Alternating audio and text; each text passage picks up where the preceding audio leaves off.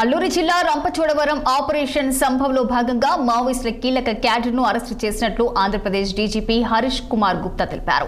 ఎదురు కాల్పుల్లో మృతి చెందిన మావోయిస్టుల వద్ద నుంచి లభించిన ఆయుధాలను డీజీపీ స్వయంగా పరిశీలించారు. హెలికాప్టర్ ద్వారా రంపచోడవరం చేరుకున్న ఆయన అక్కడి అధికారులతో సమీక్ష సమావేశం నిర్వహించారు. అనంతరం డీజీపీ మాట్లాడుతూ రాష్ట్రంలో 2 ప్రత్యేక ఆపరేషన్లో హిడ్మా, అతని అసోసియేషన్స్, అలాగే టెక్ శంకర్, అతని సహచరులను న్యూట్రలైజ్ చేసినట్టు తెలిపారు. ఇప్పటి వరకు మొత్తం 50 మంది మావోయిస్టులను అరెస్టు చేసినట్లు వెల్లడించారు.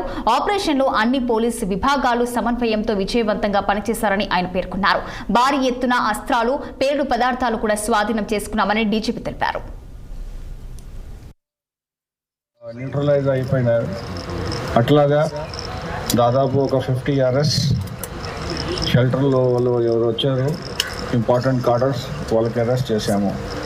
ఈ ఆపరేషన్లో మన పోలీస్ ఫోర్సెస్ అన్ని విభాగాలు, ఇంటెలిజెన్స్ కానీ,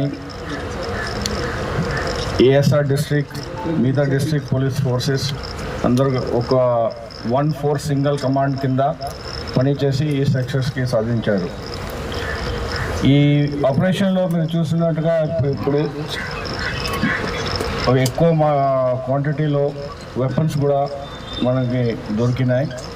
అట్లాగే ఎక్స్ప్లోసివ్ మెటీరియల్స్, ఇంకా మెటీరియల్స్ కూడా దొరికినాయి. మావోయిజం ఒక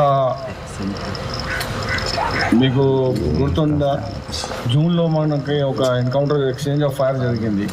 ఎక్స్చేంజ్ ఆఫ్ ఫైర్లో ఇంపార్టెంట్ కార్డర్ కూడా చనిపోయారు. అప్పుడు కూడా చెప్పాము, మీరు బయటికి వచ్చి సరెండర్ చేయండి, లేకుంటే మేము న్యూట్రలైజ్ చేస్తాము. మన ఒక లక్ష్యంగా ముందుకు పోతున్నాము. గవర్నమెంట్ ఆఫ్ ఇండియా మనకి ఒక టార్గెట్ ఇచ్చింది మార్చ్ 26లో. ఆ లోపల మేము ఈ స్టేట్లో కూడా మావోయిజం ఫ్రీ స్టేట్ డిక్లేర్ చేయడానికి ట్రై చేస్తున్నాము.